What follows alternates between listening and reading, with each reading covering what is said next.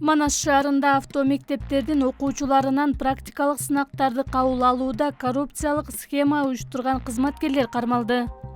Транспорт каражаттарын жана айдоочулук курамды каттоо мекемесинин аймактык бөлүмүнүн кызмат адамдары жеке менчик авто мектептердин инструкторлору менен алдын ала сүйлөшүп алып, практикалык сынактарын тапшыруу үчүн окуучулардан системалуу түрдө акча чогултуп турушкан.